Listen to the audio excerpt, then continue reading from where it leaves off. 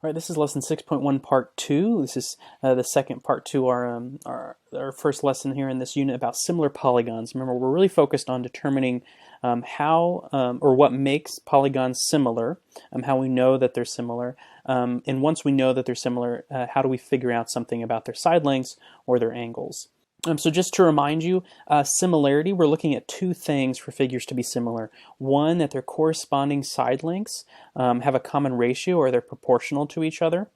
And again, we need to be able to identify the corresponding sides between the two figures. And also that between the two figures, the angles are congruent to each other, right? That's what makes them similar. They have corresponding side lengths that are proportional, and they have corresponding angles that are congruent. So in this second part of the lesson with similarity, we'll be talking about we're talking about the perimeter and area of similar figures and how to use the fact that figures are similar to easily find the perimeter of one of them if we have the other one, or the area of one of them. So when talking about the perimeter of similar figures, let's just quickly review what perimeter is. It's the distance around a two-dimensional shape.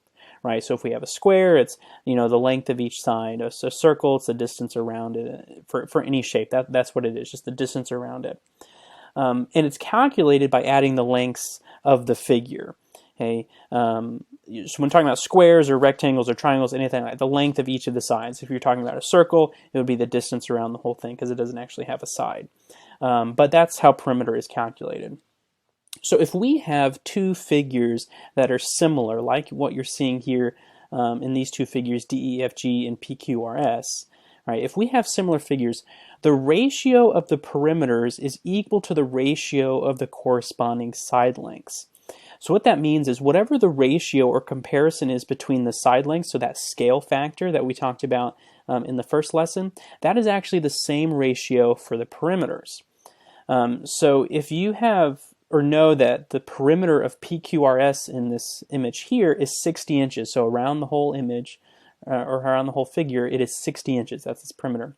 And you know that the ratio between the side lengths of these two figures is 3/5, so 3 to 5. So if RQ was 3, then EF would be 5, right? It's a ratio of 3 to 5. Again, the corresponding sides. So if I know that that's the ratio or the scale factor between these two figures, and I know that one of them has a perimeter of 60, then I can actually find the perimeter of the other one because the ratio should be equal. And remember, when we talk about ratios being equal, that's what a proportion is, right? That's what it means for two things to be proportional, is that the ratios are equal. So if we know that these two figures have a common scale factor of 3/5, and we know that one of them, the smaller one, PQRS, has a perimeter of 60, then we can set up this proportion here that helps us find the perimeter of DEFG. So we have 3/5, and again, 3 being the smaller side, 5 being the larger side, equal to 60 being the perimeter of the smaller figure over X, the perimeter of the larger figure, which we don't know. So we set up this proportion, cross multiply, and you can solve for X. So if we know the scale factor and we know one of the perimeters, then we can figure out the perimeter of the other one, right? So that's some of the problems you'll be working with. You'll also be looking at the area of similar figures. And just to review, area is the space occupied or taken up by a flat shape or the surface of an object, right? So if I'm looking at these here, it's not just the distance around it, it's how much area or space is it taking up. Okay? That's calculated differently depending on the shape, because if it's about how it's occupying space or how much space it's occupying, that changes depending on the shape. So here's just a few common ones: square, rectangle, triangle, and circle that you may know or remember. But if you encounter a shape where you don't remember how to calculate the area of that shape, that's just a simple Google away. So similarly with perimeter, for similar figures, the ratio of the areas is equal to the square of the ratios of the corresponding side lengths. So notice the difference there. It's not that the ratios are exactly equal, it's that the ratio of the areas between the two similar figures is equal to the square of the ratios of the corresponding side lengths, so whatever that ratio is, squared. So using those same two figures, DEFG and PQRS, if we know that the area of DEFG is 1,078 square inches, and we know that QR is 2 and EF is 14, what's the area of PQRS? Now, why do we need to know QR and EF? Well, that's because we need to know the scale factor. So again, we need to know the ratio of those corresponding side lengths. So if QR is 2 and EF is 14, okay, so that's my ratio. That's the ratio of the side lengths, 2 to 14, or I could have reduced to 1/7. Okay? But that's the ratio of the side lengths is 2 to 14. So we're going to take the square of the ratio of the side lengths, so 2 over 14 squared, is equal to the ratio of the areas. And so the smaller area, because that's the one we're looking for, PQRS, divided by the larger area, DFG, 1078. So this is how I would set up that problem. Again, because I'm talking about ratios being equal, I'm going to set up a proportion where the ratio of the side lengths squared is equal to the ratio of the areas. And again, be consistent. I'm talking about the smaller area over the bottom, the bigger area, because over here from this ratio, I'm looking at the smaller side over the larger side. And so I squared 2 over 14, which is 4 over 196, equal to x over 1078, and then I can solve for x. And so that is how you can find the area of similar figures when given, again, the scale factor, what's the ratio between the side lengths, and then one of the areas. You can find the other area of that similar figure. All right, so let's look at a couple of examples where we're using similarity to find the perimeter and areas of figures. So in this example, 12 in your notes, it says a town plans to build a new swimming pool.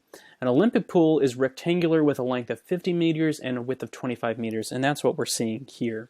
The new pool will be similar in shape to an Olympic pool, but will have a length of 40 meters. Find the perimeters of an Olympic pool and the new pool.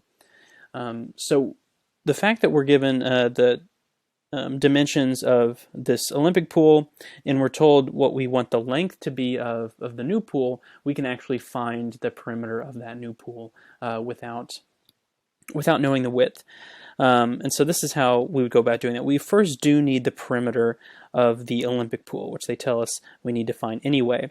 So finding the perimeter of a rectangle, you just take 2 times your width and 2 times your length.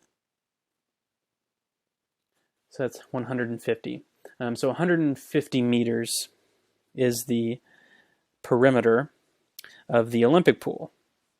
Now we need to find the perimeter of the new pool. And to do that, we can use our knowledge of similarity. So we know that the new pool is going to have a length of 40 meters.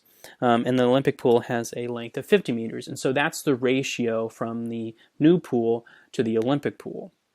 And what we're learning in this lesson is that the perimeters have an equal ratio. So the smaller pool should have a perimeter, which we don't know, so we'll call that x. That is a ratio with the Olympic pool, which has a perimeter of 150. So I can set up this proportion because the ratios between those side lengths should be equal to the ratio of the perimeters. And then I can go about solving this proportion to figure out what is the perimeter of that new pool.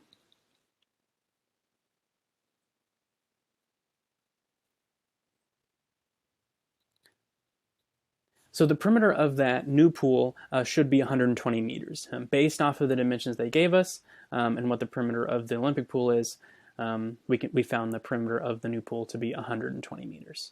So let's look at one more example where we're dealing with area. Now this is number 13 in your notes. It says, in the diagram, triangle ABC is similar to triangle DEF. Find the area of triangle DEF. So we're given the side lengths of AB on the larger triangle and side length DE on the smaller triangle. And we know the two triangles are similar. And we're given the area of the larger triangle is 36 centimeters squared. So using the fact that the ratio of the side lengths squared should be equal to the ratio of the areas, we can set up a proportion and find that unknown area.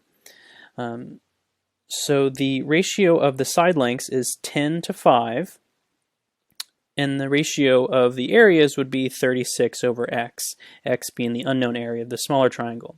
Now I've set up that proportion, but you have to remember the area, what we know about the area is that the ratio of the side lengths squared is proportional to the ratio of the areas. So I have to make sure I square this over here when I set it equal to the areas. And so then I'm going to solve this proportion.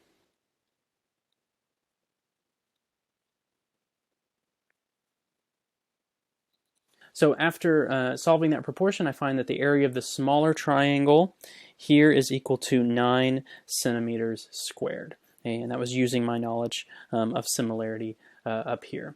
If you were watching how I solved it, you could have simplified this at the beginning. 10 divided by 5 is 2, 2 squared is 4. Same thing, 100 divided by 25 is 4. So you could have solved it that way as well. I just chose not to simplify it here. But that is something you could have done. So that's how you're going to find perimeter and area of these figures, is using setting up those proportions and then finding those perimeters and area.